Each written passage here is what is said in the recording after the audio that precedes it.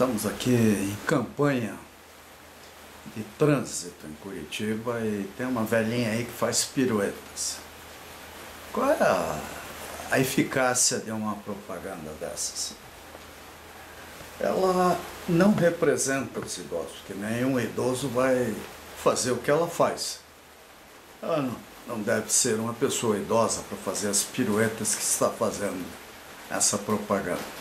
Bem, mas isso é apenas um exemplo de como o marketing institucional muitas vezes erra violentamente. A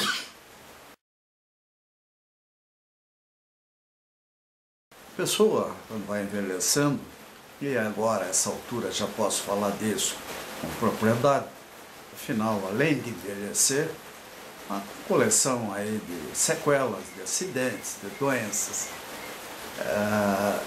agravar a condição clínica em que me encontro, e de sensibilidade, acuidade sensorial, ouvir, ver, né?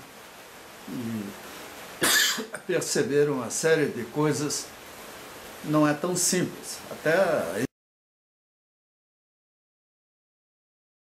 em períodos agora onde a alergia vem com tudo, por causa da floração de árvores plantadas ao longo das ruas, que liberam, além do pólen, uma palhinha, uma poeira que vai para o asfalto, cozinha e sobe depois, deixando a gente em desespero. A gente pode dizer que falta tudo na racionalização das nossas grandes cidades. Por que isso? Nós criamos uma lógica de realização de projetos dentro das prefeituras. Quer dizer, dentro das prefeituras, nós temos, às vezes, uma mega estrutura fazendo coisas que não tem como fazer.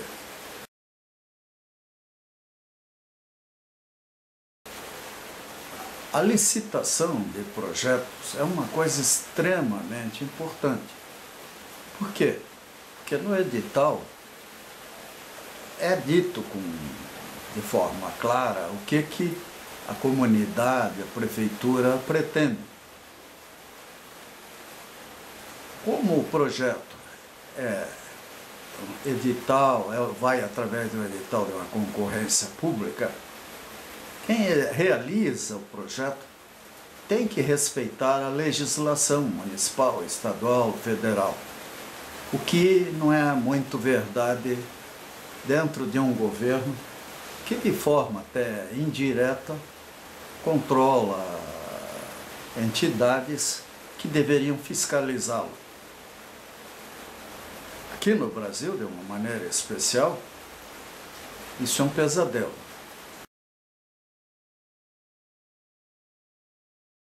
Eu trabalhei em Blumenau como consultor do prefeito Décio Lima. E foi muito bacana ver o resultado do projeto Blumenau Século XXI. Por quê? O projeto passou por uma concorrência nacional, né, que levou a uma equipe muito boa, que fez um trabalho excelente,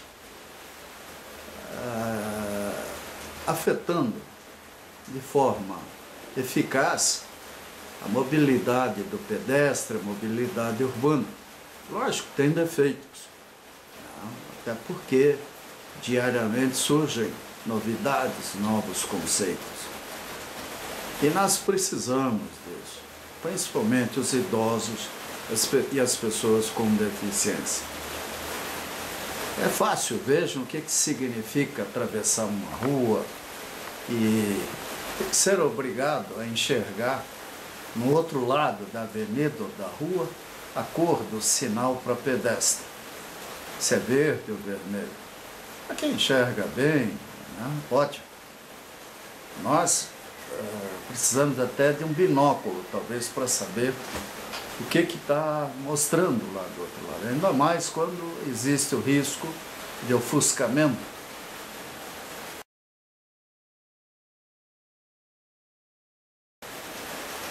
Motoristas são, na maioria deles, pessoas sadias, até porque se não for, ele não tem habilitação. Então, para ele parece natural que buzinando ou fazendo sinal de luz, sei lá o quê, ele está mostrando que vem com tudo para cima da gente. O que ele não percebe é que a pessoa que está no meio da rua, está atravessando de um jeito ou de outro, talvez não note isso. Crianças, então, nem se fala. Uma criança, ela demora a ter percepção da violência do trânsito. O que significa um carro em alta velocidade? Quer dizer, a mortalidade no trânsito não é apenas o efeito do alcoolismo, coisa assim. É, acima de tudo, da deseducação. E mau caratismo até. A má educação que as pessoas recebem em casa, recebem e não recebem quando poderiam, nas escolas, ter um ambiente melhor. Nós estamos chegando ao absurdo de reduzir o tempo de aula para poder atender a garotada que precisa de escola. Ouvi dizer que em Foz do Iguaçu as creches terão meio expediente. Isso é criminoso. É como se os pais só trabalhassem meio expediente no lado externamente. Então, famílias humildes, principalmente, enfrentam aí uma dificuldade muito grande. Então, nesse ambiente, nós geramos, educamos ou mal educamos dezenas, se não centenas de milhões, dezenas de pessoas no Brasil e no mundo inteiro. Isso não é raro, principalmente nos países ainda não amadurecidos.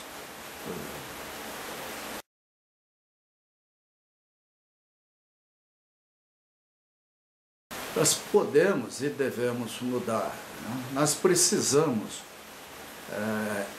educar, precisamos de boas campanhas educativas. E no caso da mobilidade urbana, do trânsito, isso é sério. E nós, engenheiros, arquitetos, etc., deveremos trabalhar para que os projetos, desde de pavimentação, de construção de uma calçada de grande porte, reurbanização, etc., passem por concorrências públicas, nacionais, pelo menos, com prazo suficiente para que todos tenham condições de participar. A molecagem de soltar concorrências com prazo curtíssimo de apresentação de propostas, nós vimos lá em Itapema, tá? Onde, na evolução do processo, muita coisa a Polícia Federal já estava descobrindo e, lamentavelmente, parou, provavelmente, por determinação maior. Aliás, esse é um problema sério, né? O serviço de policiamento ser engajado politicamente, ou no poder judiciário tem que ser um poder absolutamente independente. E também o de policiamento a serviço do poder judiciário. Quando a gente vê um ministro da Justiça mandando na Polícia Federal, ele fica preocupado, porque ele fica lembrando dos tempos da Alemanha nazista, a Itália e outros países que mergulharam violentamente no totalitarismo, em coisas que todo mundo já conhece, vendo filmes da história da humanidade, e que Hobsbawm chama a atenção de uma maneira especial, continua existindo. Hannah Arendt, né? E muitos outros filósofos, sociólogos se dedicaram a esse assunto. Agora, gente, vamos licitar projetos, né? Vamos prestar mais atenção à educação, valorizá-la, dar qualidade a ela.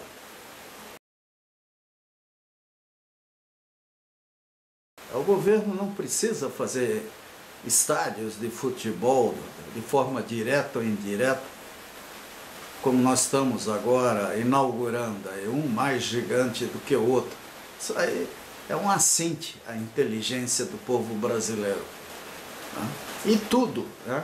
Desde acesso do aeroporto ao estádio, tudo é feito para atender os turistas da Copa do Mundo, que vai durar um mês. Aí depois, bem, isso é Brasil, né, gente? Nós vemos isso tudo humilhados, ofendidos, pelo menos aqueles que se preocupam e achavam que o Brasil seria melhor.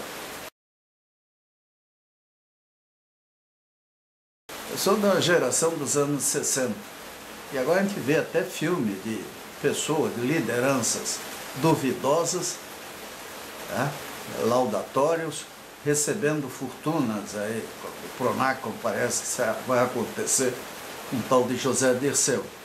Isso aí não pode ser assim. Né? Não podemos ter o governo federal mobilizado, o dinheiro do contribuinte e tudo, para a promoção de pessoas do círculo íntimo dos nossos governantes. Isso não é justo.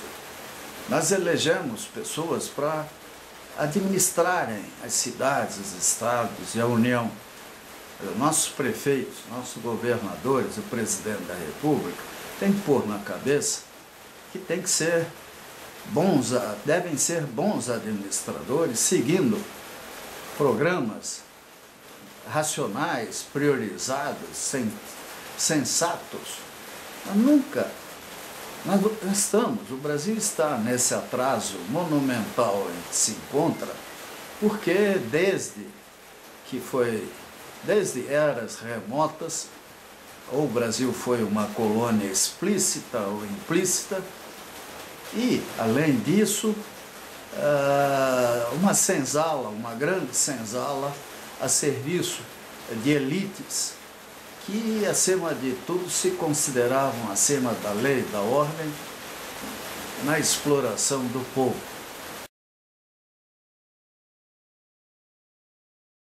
Nós, dos anos 60, até quando vimos na década de 80 a redemocratização, acreditávamos que isso iria mudar. Não mudou, ao contrário, piorou. Não existe nada pior do que gangues e criminosos agindo com carimbos sociais, humanitários. Né? Carimbos que, como Jesus Cristo dizia, né, que eram túmulos caiados, se não me engano, foi ele que disse isso. Então, isso é muito ruim, gente. Nós temos que ter uma renovação de postura. Ninguém é santo ou demônio, inclusive os políticos que estão na liderança dos grandes partidos. Eles podem mudar. É muito mais difícil, né? Mas até lá a gente pode imaginar um comportamento melhor. Nós estamos precisando disso. E essa situação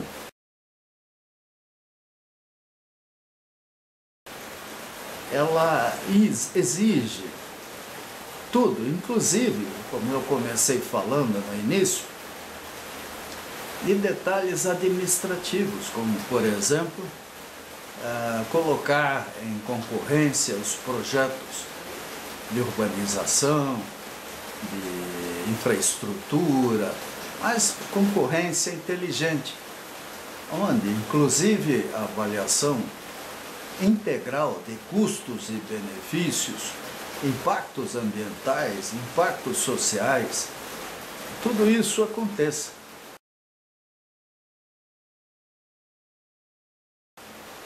Nós vimos aí a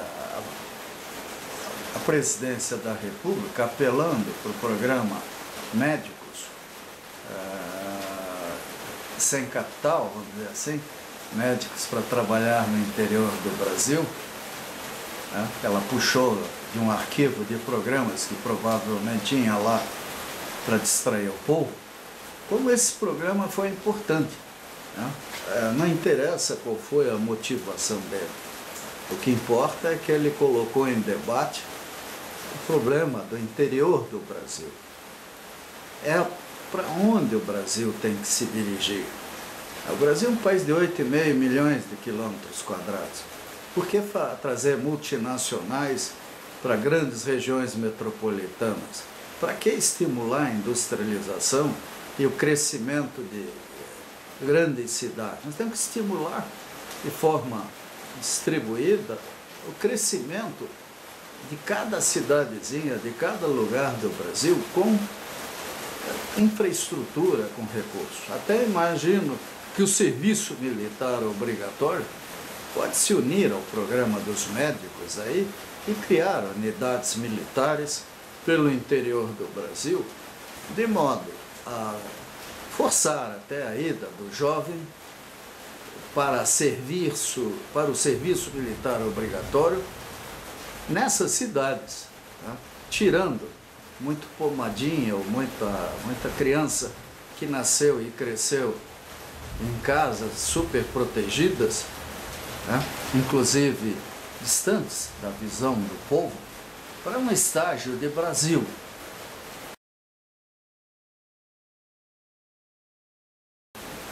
O serviço militar obrigatório ele pode ser extremamente útil, não só para criar um contingente de recrutas preparados para uma eventual ação bélica, mas, acima de tudo, para uma lógica de civismo e de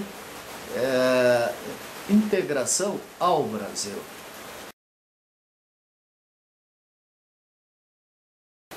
E o que isso tem com licitação de projetos? Nada, né? Mas é sempre bom a gente concluir uma conversa amiga assim, colocando essas questões que eu até tenho escrito nos meus artigos, colocado em blogs, através dos quais eu gostaria de ter o retorno e a crítica de quem se julgar capaz e oportuno nessa análise. Nós temos que ver isso. E a situação do idoso, da pessoa com deficiência, das crianças, pessoas com doenças graves, tudo isso é tão grave porque durante essas últimas décadas esse povo todo foi esquecido. Quer dizer, alguém pode dizer, poxa, mas isso aí é um custo grande? É um custo e um investimento que não foi feito quando era necessário e que agora tem que ser feito. Nós temos que resgatar esse tipo de educação, de comportamento e de senso de realidade,